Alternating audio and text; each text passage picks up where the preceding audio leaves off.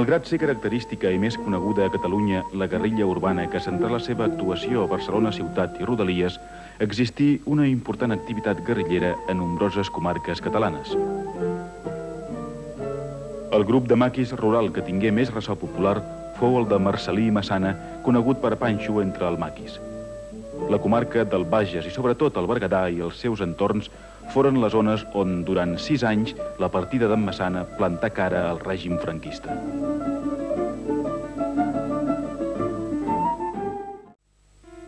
La guerrilla d'en Massana comptà amb més de 50 bases a masies, pobles i ciutats on els acollien i donaven suport.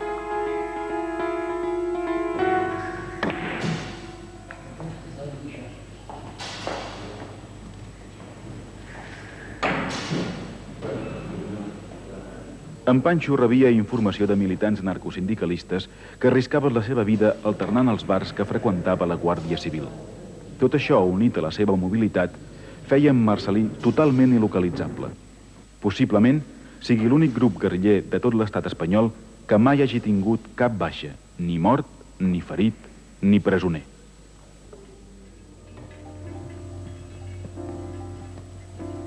La primera incursió guerrillera la feu amb 7 homes partint de la base del poble de Tarascon, on hi havia el Cafè des Esports, federació local de la CNT, des d'on es prenien les decisions. Els 7 homes conduïts per en Massana anaven armats amb metralladores, armes curtes i explosius fornits per la CNT de Tolosa de Llenguadoc. Era l'agost del 45 i passaren la frontera com sempre pels camins muntanyencs fins al poble d'Espinalbet, localitat d'estiuejants acomodats.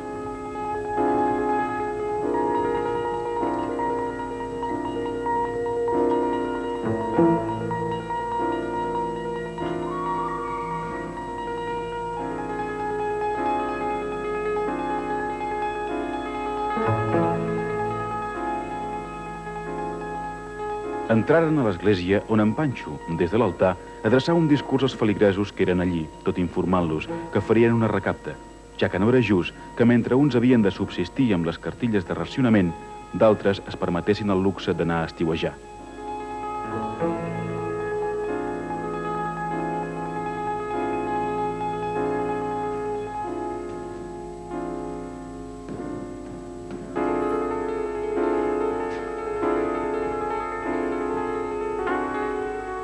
Passaren la safata i abandonaren sorpresos l'església després que un feligrès hagués deixat 12.000 pessetes de donació.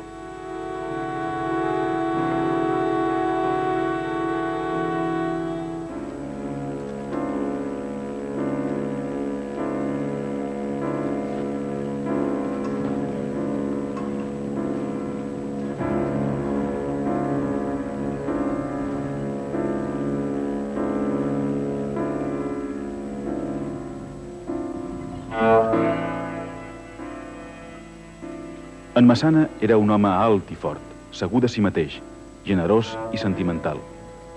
És fàcil de comprendre la seva popularitat i la llegenda que la gent en formà, sobretot al Berguedà, degut a les seves accions espectaculars, com la d'aquell capità de la Guàrdia Civil de Berga que jurà no descansar sense haver liquidat en Massana. Assabentat en Marcel·lí que l'oficial es trobava al bar Colón, s'hi presentà.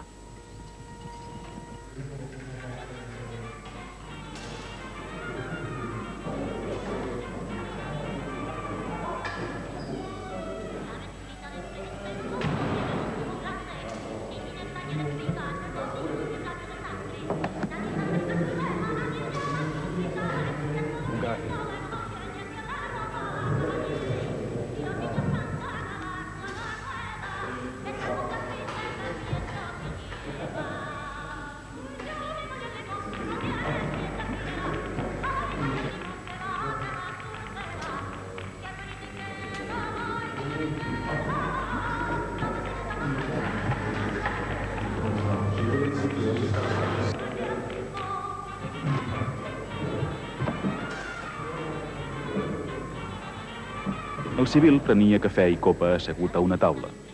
En Massana consumia un carajillo al mostrador i abans d'anar-se'n deixà pagada la consumició al capità de la Benemèrita, el qual, a l'hora de pagar, s'hagué d'assabentar que acabava de ser convidat justament per l'home a qui pretenia capturar.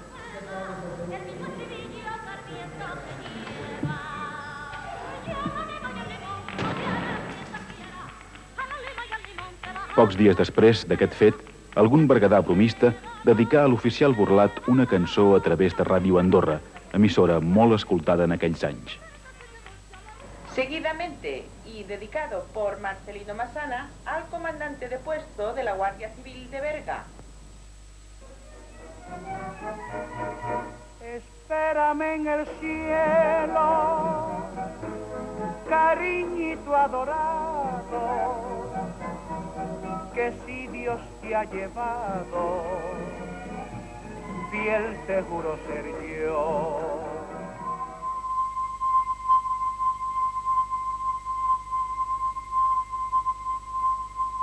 L'èxit de les accions dels grups d'en Massana es basava en l'aplicació d'una estratègia molt eficaç. El coneixement del terreny pam a pam li permetia moure's amb tota seguretat. Tenia la prudència de no fer baixes inútils, de no enfrontar-se amb les forces d'ordre només quan fos absolutament necessari. Era prou astut i desconfiat com per no informar a ningú, ni als companys, dels itineraris a seguir. Marcelí Massana era estimat i admirat al Berguedà i especialment a les petites poblacions del Cadí. La pagesia catalana, malgrat l'enorme risc a què s'exposava, l'ajudava que ell pagava i li donava aixopluc.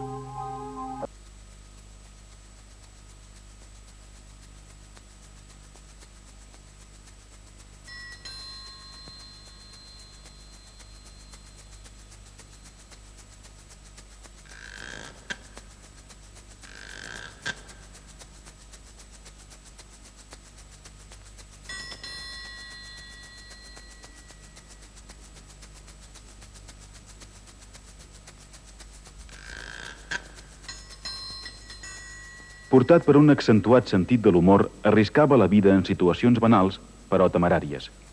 La sort l'acompanyà sempre. La bona fortuna el va convertir gairebé en un mite vivent.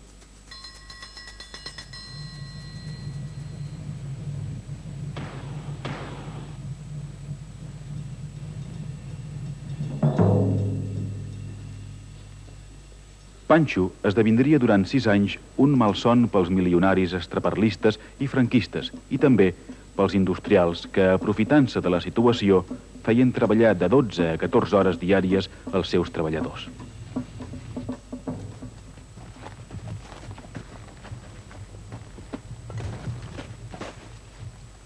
Com a guies de muntanya, els grups d'en Marcelí Massana arribaren a passar més de 50 persones de banda a banda del Pirineu. Potser el viatge més emotiu fou quan ajudà a passar un nen i una nena fins a Tolosa de Llenguadoc, on els esperava la seva mare. El pare, un comandant republicà, havia estat assassinat a Mauthausen. De segrestaments n'hi hagué 2 d'importants. El primer tingué lloc l'any 49 a Can Flaquer, casa pairal prop de Rocafort, propietat de Joan Fonfreda, el càrrec franquista de Barcelona, enriquit gràcies al racionament. La casa era una base del grup d'en Massana, ja que el masover era amic seu. En Panxo i el seu sorprengueren el propietari quan aquest arribà i obligaren un fill seu a sortir a buscar diners a Barcelona. Amb aquest segrest aconseguiren 100.000 pessetes. Santiago Fonfreda i Josep Antoni Sauquer, fill i nebot de Pere Fonfreda. I mentre estàvem fent foc, de per aquí dalt vam veure que baixaven un parell de persones, un fusell, i el meu pare diu, mira, deuen ser un parell de caçadors. I ens van dir que ens portaven a la casa, que estàvem seqüestrats, que ja en parlaríem. Es van agafar i ens van portar a la casa.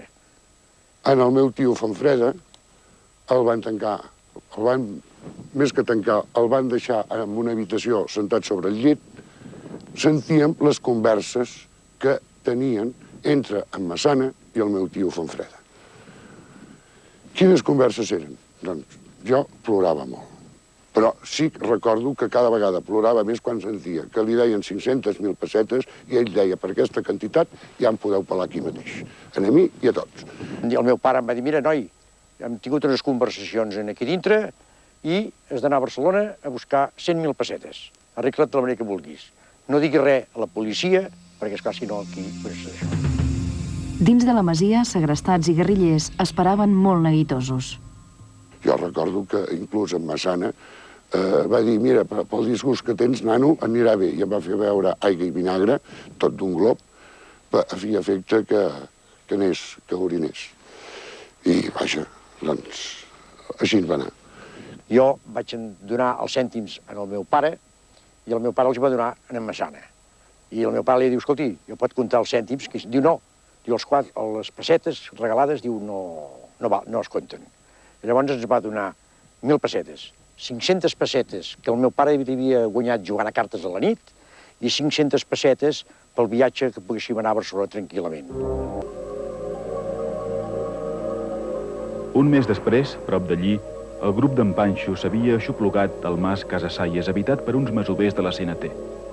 S'hi presentaren 3 guàrdies civils i en l'enfrontament morí un caporal de la Benemèrita i els altres 2 fugiren. Els masovers, igual que passà amb els masovers de Can Flaquer, hagueren de ser traslladats a l'altra banda del Pirineu pels homes d'en Massana. Els sabotatges consistien principalment en voladures de torretes d'alta tensió. Per tal d'atacar el règim, intentaven paralitzar la seva economia i advertir la població de l'existència del maquis. A l'estiu del 45, a la 9, feren volar les torretes d'alta tensió i més tard ho feren a la plana de Vic. 7 vegades sabotejaren la conducció per a l'energia de les mines de lignit de Cercs. També caigueren els dipòsits d'aigua de fàbriques del Berguedà i el Bages, i la voladura en 3 punts diferents de la línia elèctrica que va de Barcelona, Manresa a Vic.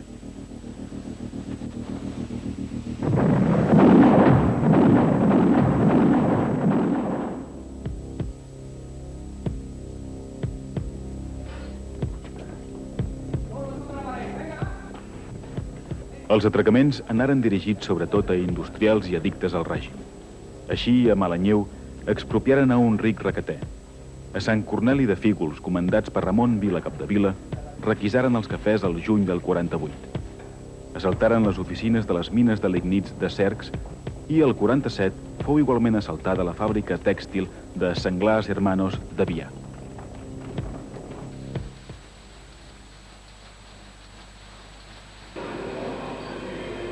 Un cas típic d'acció de càstig psicològic contra empresaris franquistes es produïa a la fàbrica tèxtil de la Plana, on l'amo abusava de la seva autoritat, sobretot en les dones treballadores. Assabentat d'aquest fet, en Massana s'hi presentà i feu passejar en calçotets per les naus de la fàbrica el senyor Coloma davant dels seus treballadors.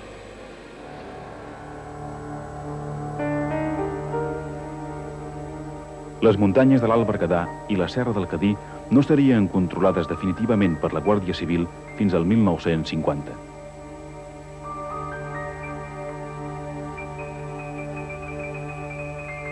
A principis del 51, Marcel·lí Massana iniciaria una nova vida a l'exili francès al costat de la seva companya Maria Calvó.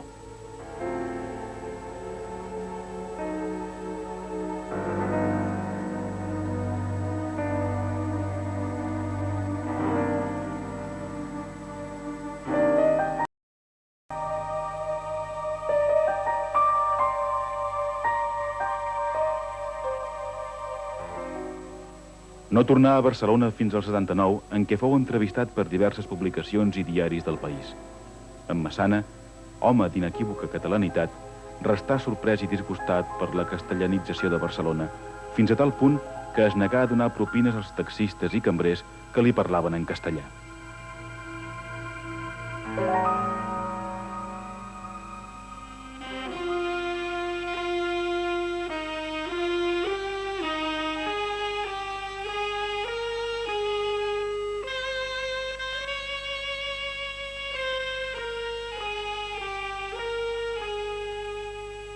Retornat a la seva casa d'un poblet de l'Arieja, a l'altra banda del Pirineu, moria el 1981 d'un atac de cor el guerriller del Berguedà esdevingut llegenda en la veu popular.